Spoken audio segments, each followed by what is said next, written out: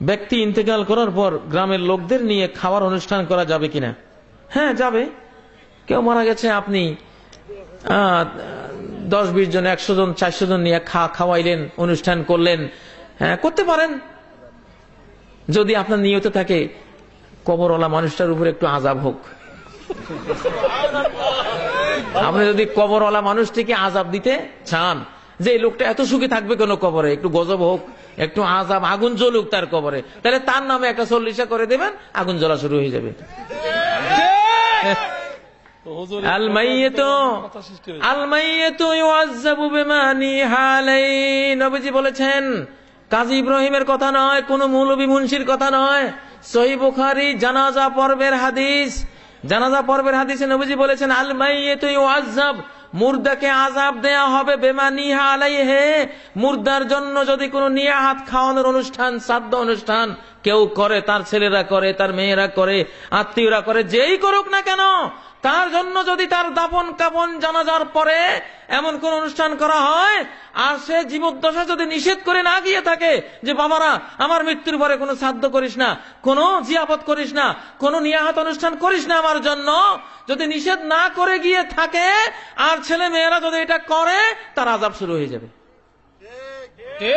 মৃত ব্যক্তির জন্য 12টা কাজ করবেন। কয়টা কাজ? আপনারা অনেকে রেগে গেছেন যে হুজুরটা ভালো না, হুজুরটা একটু খাইতাম খাওয়াইতাম, হুজুরে আজকে কেড়ে নিলেন। আমি একটা নিলাম, 12টা দিলাম। 12টা? কয়টা?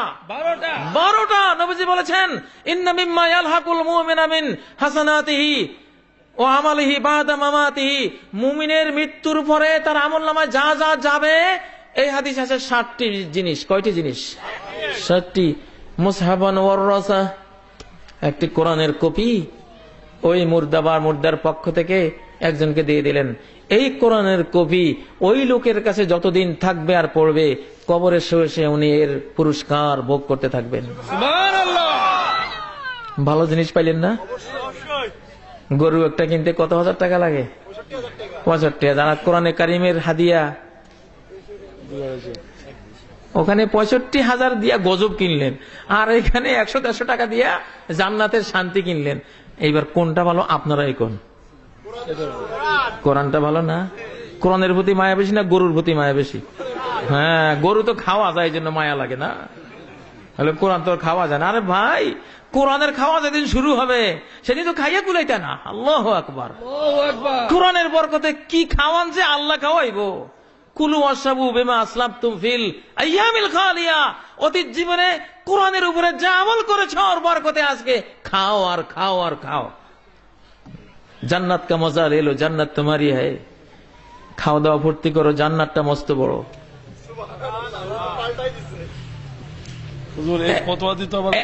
এক নম্বর, মাহফিলে কথা বলা ঠিক না।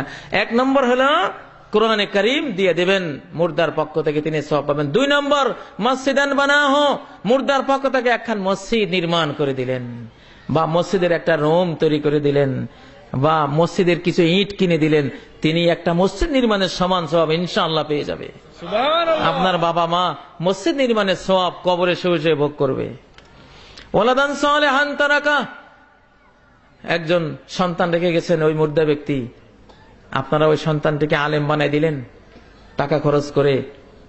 ওই আলেম ছেলেটি যত নেক আমল করবে তার বাবা মায়ের সওয়াব পাবে। ওই সন্তানই যত দোয়া করবে মা বাবা সেই সওয়াব পাবে।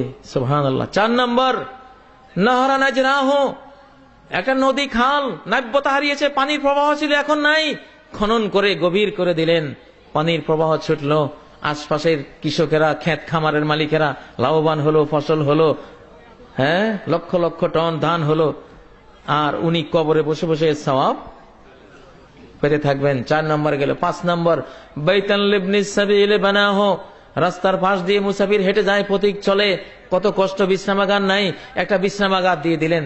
আল্লাহ, আমি আমার মায়ের জন্য এই বিশ্রামাগার দিয়ে দিলাম, মায়ের পক্ষ থেকে দিলাম, আমার বাবার পক্ষ থেকে, আমার দাদার পক্ষ থেকে এই যাত্রী ছাউনিটা নির্মাণ করে দিলাম।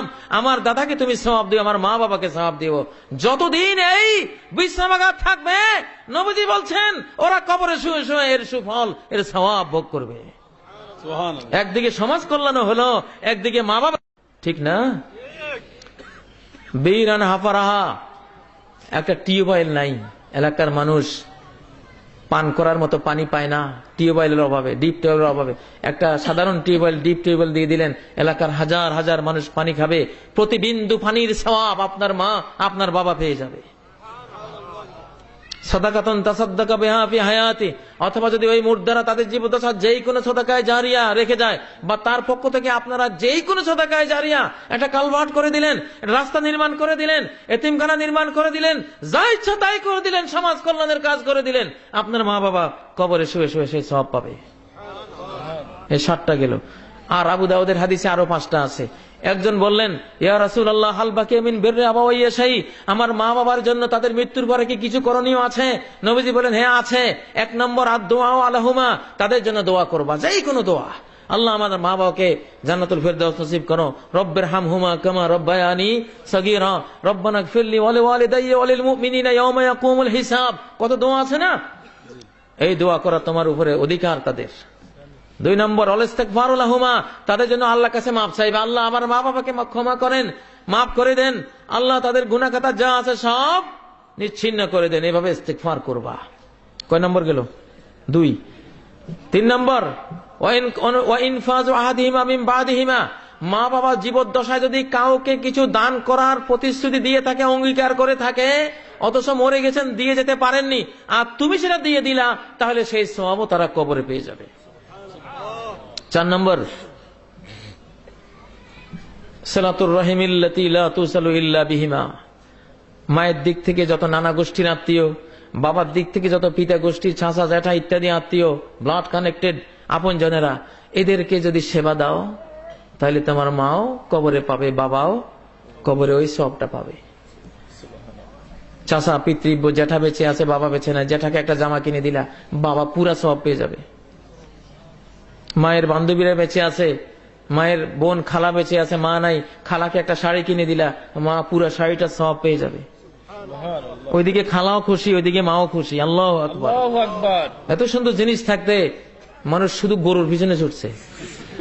5 নম্বর ওয়া ইকরামু সাদিকিহিমা, মায়ের বান্ধবীদের, বাপের বন্ধুদের যদি একরাম করো, আপ্যায়ন করো, হাদিয়া দাও, এই হাদিয়া, এই আপ্যায়ন, এই আতিথেয়তার পুরা সওয়াব আল্লাহ তোমার মাকে দিবেন, তোমার বাবাকে দিবেন, কারণ তারা বন্ধু হয়েছে, বান্ধবী হয়েছে মা বাবার কারণে। ঠিক নয় কি? এগুলি করবেন মুসলমান ভাই। এই 12টা কাজ করলে তারাও উপকৃত হবে, আপনারাও উপকৃত হবে।